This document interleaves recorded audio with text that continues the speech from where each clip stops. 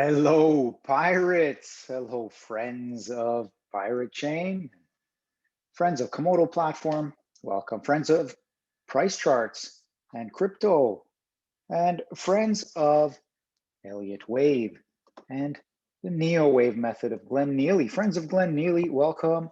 Yes, we are here today. It's June 7. I'm E. Giuliano, and we're going to look at weekly chart closing for our USDT and our BTC price charts using a getaurox to find our price data. That's right, getaurox has been quite good for me so far, and if you're interested to use it, it's free right now. It's got all the trading view tools, and so far so good. Now, the other thing to consider here is thank you for liking the videos and thanks for commenting. Oh, so nice. And then, of course, if you're sharing this with others that you care about, maybe people you've told about Pirate Chain, maybe people who like price charts and markets and that kind of stuff. Yeah, thanks. And of course, those of you who are not subscribed, do subscribe and stick around for more. Hopefully you'll get some value out of this, educational, entertainment value. And as well, it's a great place to get healthy reminders to stay hydrated and drink enough water and stay hydrated, and move around, move well, move around well, breathe well. Yes, and keep your mindset clean, in terms of all that extra stress and overthinking and other stuff. You get to focus on your relationships and focus on the things that matter to you so that you can reduce your stress and be well fed, well rested. That way you can think clearly and make the best decisions for yourself and those whom you care about, right? Yeah, and of course, learning is easier when you are feeling better. So after having said that, I just want to talk about alternation. In fact, I had done earlier today, an hour about 1920 UTC, 8 p.m. in the non-military time, okay, of UTC time. So we're nearing the end of the day. However, earlier today, I made a video about this and oh Lord, it was going well. And then the internet, something happened with the internet, the whole price chart just disconnected. Even the recording somehow just stopped and disconnected. So it was a bit of a pain. But however, it gave me an opportunity to clean up what it is that I'm going to share with you because I hadn't written all of this down. Instead, I had just started talking about it. And I didn't realize I would talk about alternation, but it came up in the video. So I figured, all right, I'll put it down a little bit more clearly. And it came up specifically in the RUSDT chart. That's what we're looking at. We're looking at the weekly chart. The reason I was looking at the weekly chart because I was really going into the candle closings. That was really the main idea for today. I'm going to get rid of this Bollinger Band. Yeah, maybe you're watching 1.5, 1.75x speed. All right, things that we'll be looking at today include this candle right here. It's the candle that closed yesterday. We see a nice big body compared to the previous week, continuing up. Big wick as well. Roughly about half the candle is the wick. So that's an interesting situation. Selling pressure here from the sellers, but good buying pressure down here. Even this wick down here showing good buying pressure. And then on this previous May 10th week candle, also a green one, we had some selling pressure. So the red candles at the bottom here getting good buying pressure, and the green ones are getting their selling pressure. Okay, that might be trading stuff short term, and it might be people looking to get out. Also, volume and liquidity on an exchange and in a market matters. So it can move price easier and create some distortions that might not be helpful for us trying to analyze it. But part of the analysis is at least even just recognizing volume and liquidity. So we're at the CoinEx exchange here for our USDT, and generally liquidity volume is not the same, for example, as Binance ADA BTC or ADA USDT. Okay, even any of the other ones could get a lot more volume and liquidity. Okay, that's all I'm going to say about that. We're going to talk mainly about alternation. And specifically, we're going to talk about the alternation of the corrections, because the consideration here is that we're in a big impulse pattern, not sure where we are exactly, but it can help us when we look at it and look at the corrections and give us a bit more confirmation and ideas. So we're going into the line chart, and I'm going to re-enable these drawing tools. But before I do that, I'm going to show us that the main points of interest here are from the end of January 2021 as an impulse up to the 15th of February, and then a correction down roughly to the 29th of March. Then we have from 29th of March, which ends up being around in the dailies around the 3rd of April, we calculate it. We get up to the 19th of April, and the weekly closing is around $8. And that's something that's gonna come into play, especially on the BTC chart. Yeah, and then this time after the 19th of April, we get our correction, and now we are here 7th of June. And what will be interesting, for example, I'm just gonna do this count right now while we have the candles, is we have this correction here, 1, 2, 3, 4, 5, 6 candles, 1, 2, 3, 4, 5, 6 candles. So that's going to be something we consider when we start talking about time. All right, now, however, let's get back to it. What is alternation? What are we talking about here? And why are we talking about it really? Well, we're talking about alternation because understanding alternation will help us to understand the comparisons. See, a lot of the analysis being done, especially like price analysis, is very much relative. You're looking at movements relative to other movements in order to get a sense of where you are, what the behavior is, and what the currently and what the future behavior might be. All right. So what do we want to say first?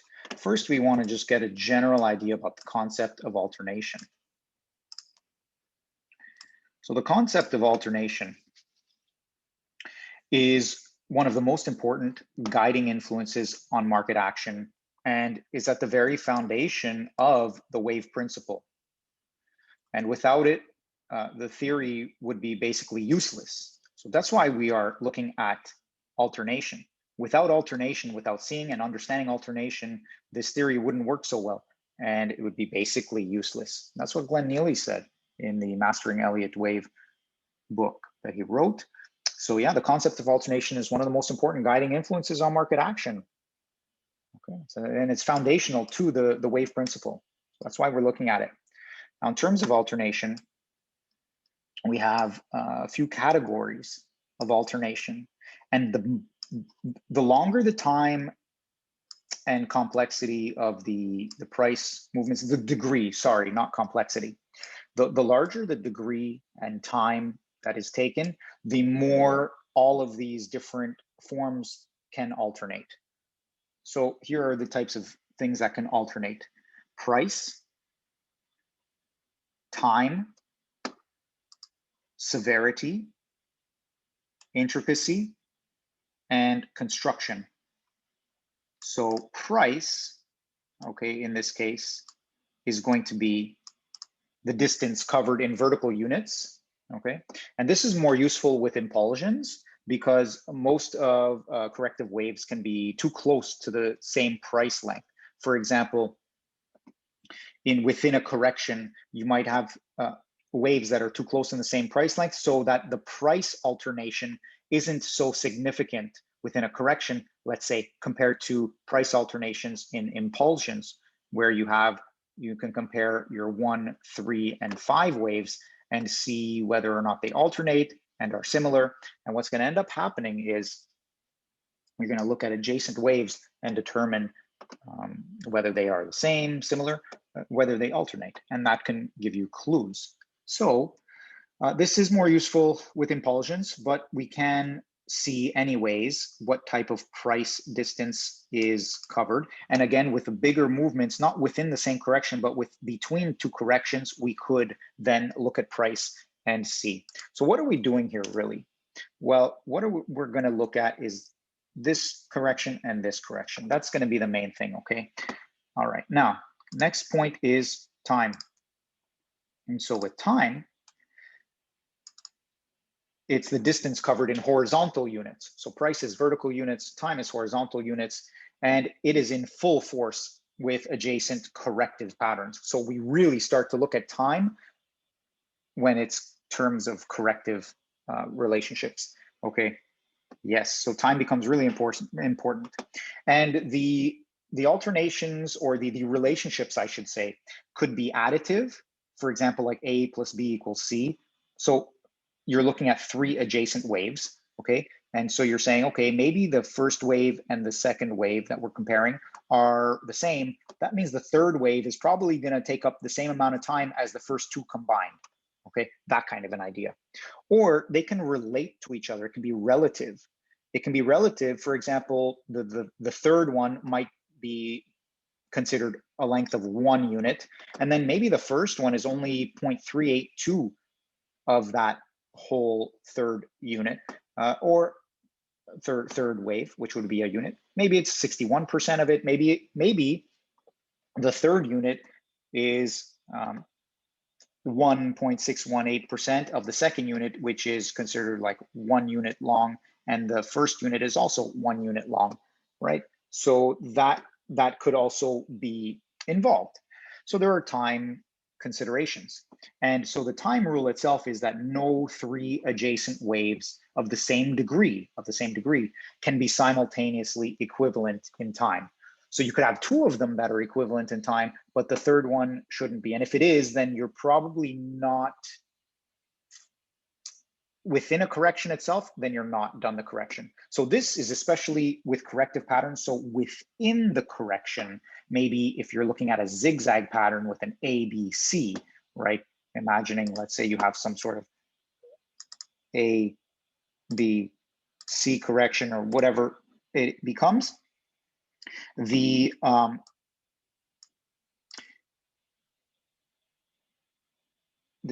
sorry, this would not be what we're looking at here. My bad. It would be much more like this. My bad. Let's actually draw it properly if we're going to. So it'd be something more akin to this.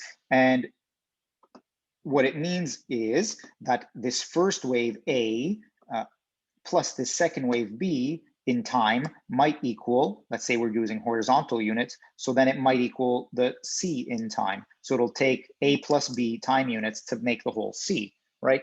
Otherwise, maybe B is 61% in time compared to A, right? That could be an idea. And then C is maybe 1.618 compared to A. Does that make sense? So a lot of these time relativities with these additive or relative considerations happen within a three-wave corrective situation, okay? Either that or an impulse pattern can also offer those kinds of ideas where you would compare time, but especially within an impulse, usually you're looking at the corrective patterns within the impulse as the comparisons. So then that's what we're doing here. We're looking at this and at this as two corrections within perhaps a bigger, how do we call it? A multi-wave, okay? On a weekly time frame here. All right, and then we have severity. So severity is the percentage retracement of the preceding wave. So you might have a price drop of a certain distance, but what does it compare to the previous wave? What does it compare to the previous wave? And so we'll check that as well. We're also going to check the intricacy. For example, the number of subdivisions present in a pattern. So for example, this one is a mono wave, right? Maybe an alternative or adjacent move would have a poly wave there. So for example, here in a correction, maybe this from top here to bottom here is actually one wave with a ziggy-zaggy ABC subdivision in here. So it's subdivided even though it's just one wave. All right, that could make sense. Okay, then we have finally here the fifth one we'll call construction, which means that the patterns themselves will alternate. The construction of the patterns will alternate. For example, well, what are the kinds of patterns we have? We have flats, zigzags, triangles, okay? And even just the idea of an impulsion and a correction, that's the basis of these waves, is either they are impulsions or they're corrections, and they have to alternate. You can't, on a bigger correction of the same degree, you're not going to have another big correction of the same degree right away. You're going to have an impulse, whether it's up or down. Doesn't mean you can't have multiple corrections connected to each other first, but that would be the bigger degree correction itself. After that big degree correction is over, it can't be another same degree correction. It has to be some form of impulsion, up or down. And then from that impulsion, can't be another impulsion, otherwise you'd be in the same impulsion. Rather, you would need some sort of correction first to alternate it and to distinguish it and to confirm it and, how do you say, shape it as its impulsion.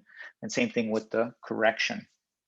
Okay, so now you are having potential, maybe a zigzag here compared to, for example, a triangle here. Now, I'm not saying that that's what it is, but I'm saying that you would have alternations, or even within one correction, you might have a zigzag and then a triangle.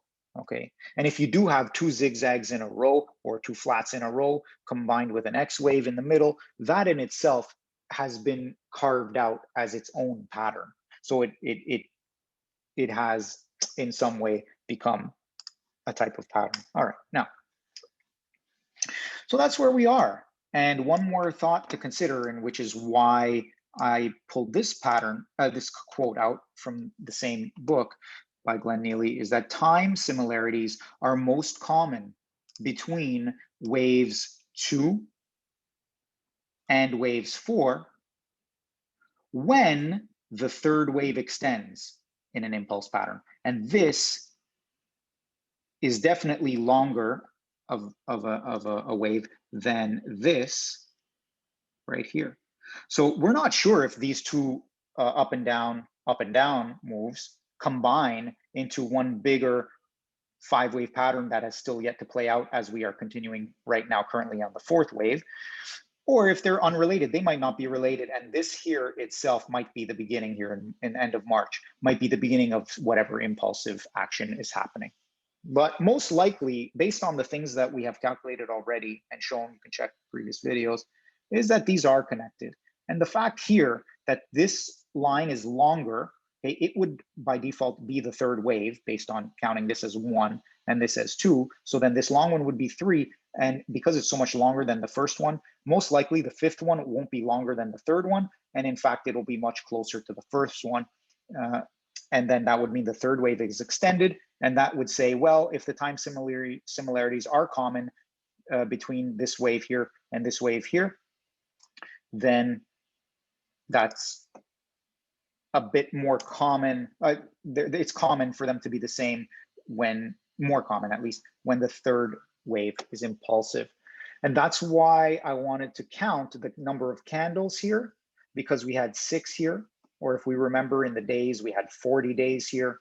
And then here we have reached our 40 days, and now we are into our 41, 42, whatever. And that's same here, like we've completed 6 candles, and now we're into our 7th. So it looks like most likely we will not be having the same number of time, same amount of time. All right, the other thing I wanted to point out before we move forward, okay, this green trend line here is relating to the daily chart where there was price confluence there, and then we have the price confluence here. The red line, however, is from the top touch here, and then this next lower high touch here. And it trends in this angle and creates a shape that is nearing its apex until we have this triangular shape. So if you remember in the previous video, check it out. This triangular area is a zone we are reaching in towards. At least that's our bias. Okay, so I'm going to remove that for now. Actually, I'm just going to hide it. Yay. Good. All right. Let's hide you too. So let's think about price alternations. Okay, let's have some fun here. I hope you're learning something. I hope this is of value to you. And yeah, let's go. Thanks if you're still watching. Good for you. So we're going to check the distance covered in vertical units. Okay, so here it is down 25% or 0.1, i.e. 10 cents. This is the USDT chart. This one, this is why I'm thinking it has to be in percentages. So any friends of Neowave, fact check me on this one. Let me know what you think. But basically, you know, if they both went down by 10%, 10 cents, like this went down 10 cents and this went down 10 cents, but the move, like from the top, it's at, you know, $8. So 10 cents is way less compared to when this is 40 cents and you move 10 cents, that's 25%, right? Anyway, that's why I'm thinking percent moves might be more accurate to look at. So this made its way, if we want to close it here, 20%. Okay, if we go to the top to the very low point, 25%. So 25% on the move down, fine. Here, it's a bit more like 60% as we went down about $4.80. So there is definitely price alternation. It's not the same. And we're going to go in a second here to severity. In fact, yeah, let's forget about time for now. Let's go to severity, okay? Because this is also a vertical unit thing. So the percentage retracement of the preceding wave. So now it's not just the total percentage retracement, but it is relative to the previous wave. We take our Fibonacci tool here of retracement variety, and then we go to find out that we retraced about 38.2% for the first low point. And for this next wave, wave 3 to beginning of wave 4, let's call it.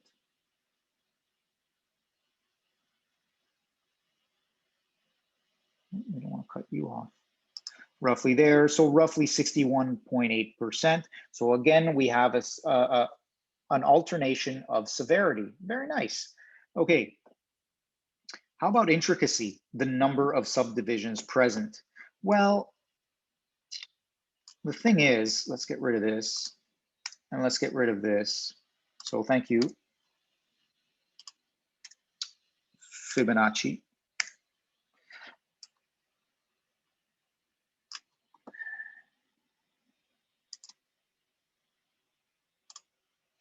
So yes, intricacy is the number of subdivisions. Okay, so in here, yes, we have this type of subdivision, and then it's kind of flat, you know.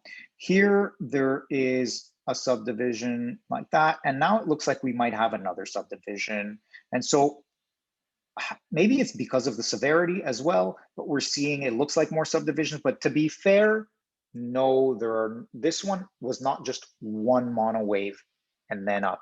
It was, you know, a mono wave and then another mono wave, and let's call it another mono wave. Although, even though technically these are not mono waves, because this low was never breached by this point here. So yeah, they are actually potentially part of this whole wave up here, but in a different way. So yeah, so that doesn't really matter. It's not very complex, I would say. And this one definitely looks like it can build more complexity into it, depending on how much longer it corrects. And that will get us to time. But before we do that, we want to talk about constructions, flats, zigzags, triangles.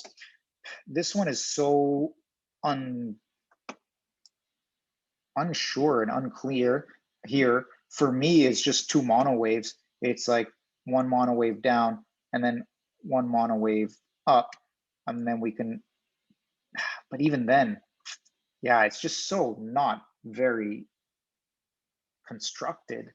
Not in, we would have to go to a lower time frame, but ultimately it's most likely going to be a colon 3. It's going to be a 3 pattern, which is a corrective pattern, most likely there, right?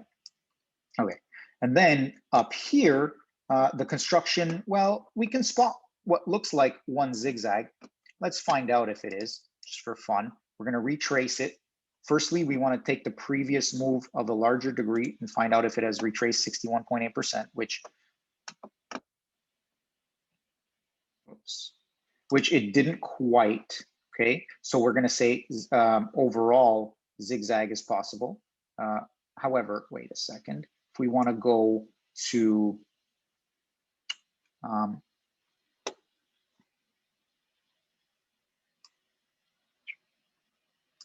here, like it's not even 38.2% retracing that move. And if we want to go, let's just take it for fun from here. And yes, again, this move has not retraced 38.2. Oh my goodness. It has not retraced 60. It hasn't retraced 38.2, but it hasn't retraced 61.8, which would invalidate it as a zigzag. Yeah, so that's got this potential for zigzag. The B wave retraces at least 1%.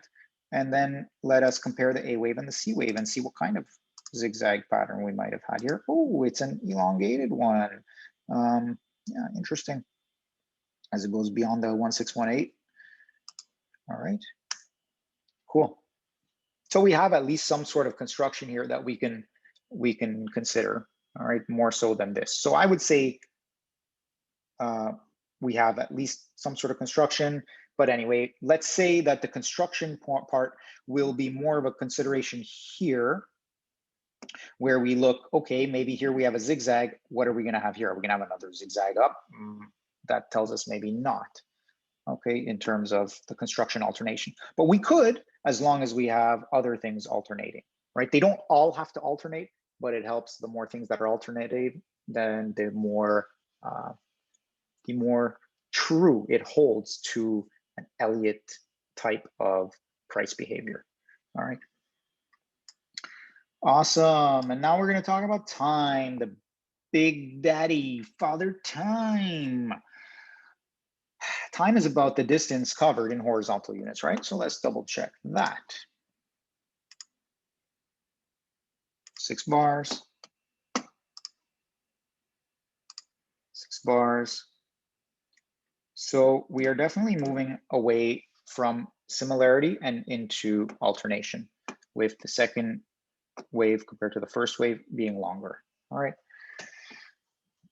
I think for me though, it would have to be a bit more significantly longer. If it's so close, like 1 week difference, then it doesn't really maybe make a difference. So you can fact check me on that again, Friends of Neely Method, or Glenn Neely yourself.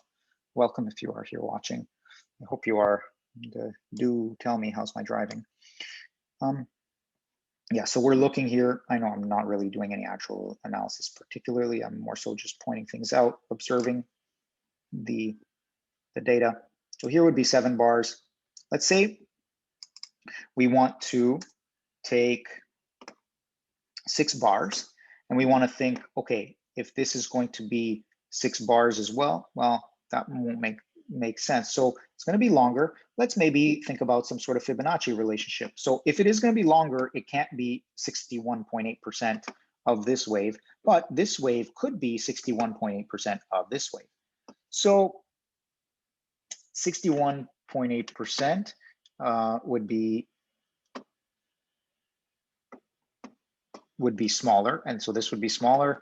And yeah, okay, so what? 61.8% would be about 9.6. So let's say 10 weeks, okay?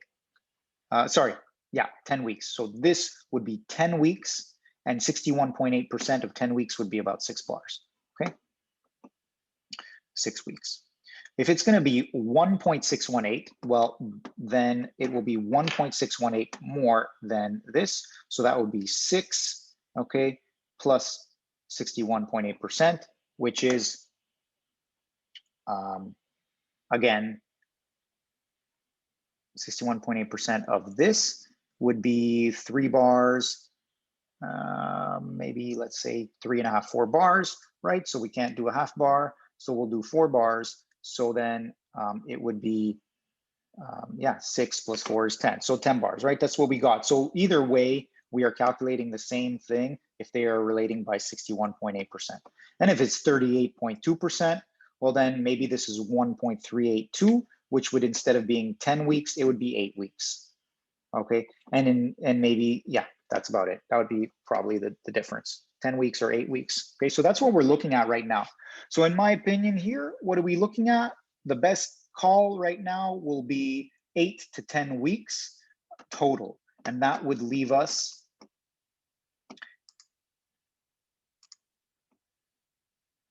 at 1 to 2 weeks. And to be fair, I could see us going, at least on the BTC chart, I could see it, and even on this chart, I could see it in 8 weeks if we are showing further up move impulsion of significance, where we're going to break the previous all-time high on the weekly chart and move higher.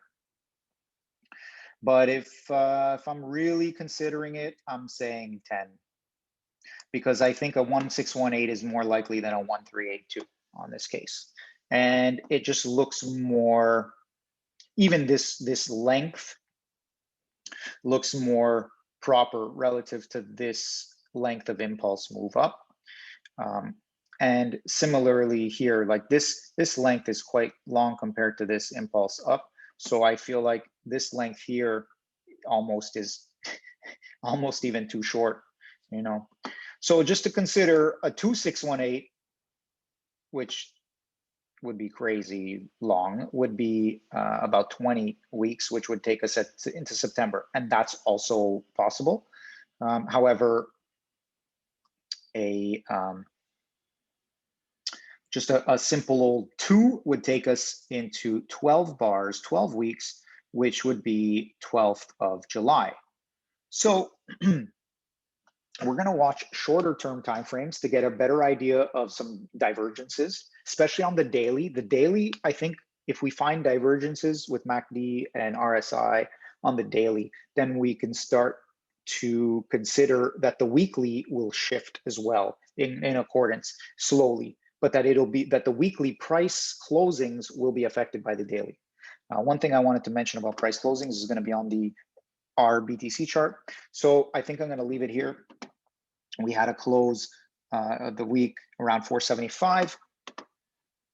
And that's about it for now. Hope this made sense to you. Hope it's not too long. But anyway, 1.5, 1.75x speed, or consume it in chunks, you know, leftovers, right? Have you ever had leftovers on a video?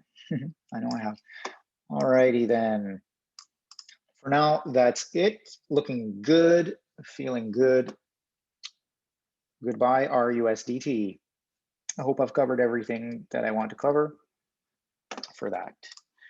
Next, yay, BTC chart. Whoa, what is all this action? Okay, well, here we go. Bollinger Band, goodbye. Ichimoku Cloud, goodbye. Friends, you're welcome anytime. But right now we want to highlight and spotlight some of our other friends. So what are we doing? I just wanted to mention in the expanding triangle talk, and then we'll talk about weekly candles and closing. So with the expanding triangle, you're going to notice here that roughly our touch point, if on the daily for that expanding triangle, would be around 17 to 18,000 satoshis if we're doing it around some point this week or next week. And in that case, it would be closing a day at that level. But if we're closing the week at that level, well, that would also signify some bullishness, because we'd be closing the week above the previous high. And well, if we're not continuing significantly higher after that, then we are in huge danger of that being, let's say, a failure or some other move which will invalidate the overall uptrend and then really bring us into a further downtrend. Because now, it doesn't mean we can't hit it, reject, and come back down even into this price action a bit, but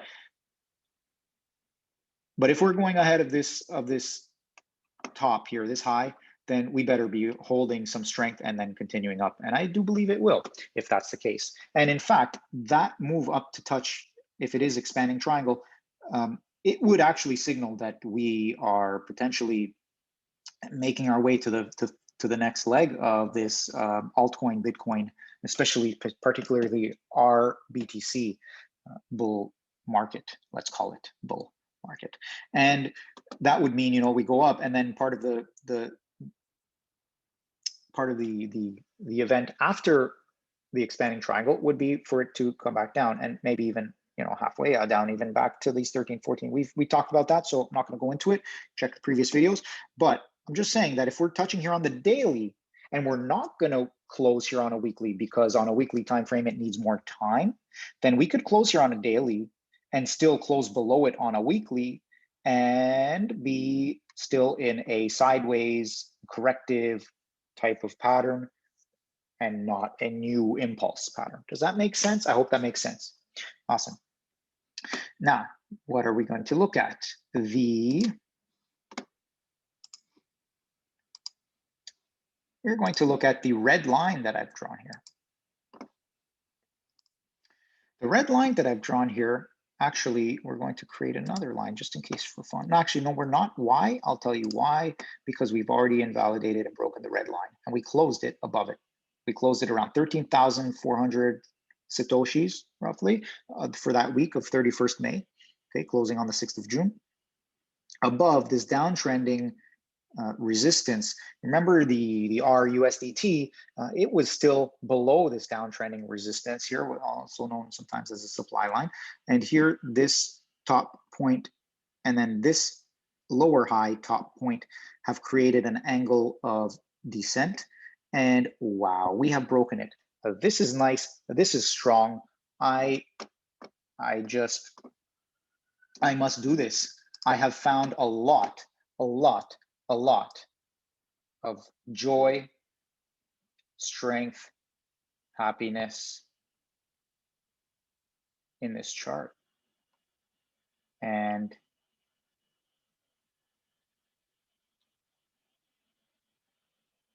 all I gotta say is, woohoo! Good stuff. Awesome, awesome.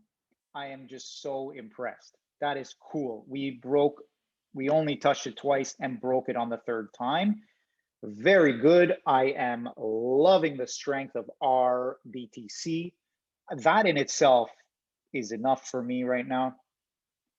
And in terms of where we're at, what is going on, that sort of idea, I think, you know, oops, we don't really have to stress out too much, considering that we broke above it. Now, can we continue going down for a while? Yes, but that tells me that this lower low here, okay, is still at risk. But now I'm expecting this 1400 Satoshi closing to be, sorry, 14,000 Satoshi closing to be broken soon enough. That's just my expectation now, based on this 13,000 closing above this line. Like, it's not like it just touched the line and stopped there and kind of found weakness. It broke through and closed a decent amount above. And we can look at that in the candles. All you friends of Ichimoku, all you friends of saying the wrong thing, the wrong name, Japanese candlesticks.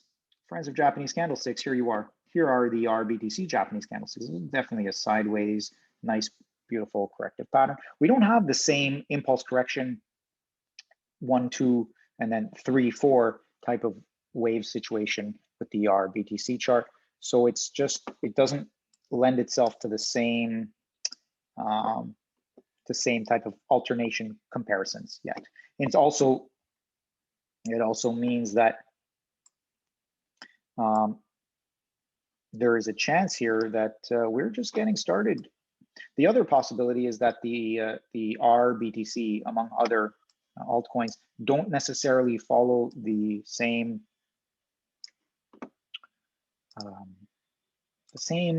exactitudes as laid out by Elliott Dishon's and Neely method particularly. And he did say that it doesn't seem to do so. in the crypto markets, although that it should do it well, and eventually we'll figure it out. And I think part of that has to do with the type of psychology involved and what people, type of decisions that they make and why they make them and all that. Okay. Although fundamentally and in principle, it's all the same. It's the same psychology. They're human beings. It's human created and cultivated market. So let's go. All right. So then that's going to be about it. I don't really have much else to say here. I think we're looking great on this RBTC weekly chart, and we know on the daily we're still looking forward to the next move. It's more so the daily that we're really paying attention to, and we're going to remind ourselves to pay attention for divergences. All right, we're using the MACD, the RSI. Okay, yeah. So that's basically what's going on for us here today. Okay, look, the price action is directly reflected in the RSI movements. All right, folks, I'm out of here. Wishing you love, peace, and happiness. All right, stay healthy. Until the next time, goodbye.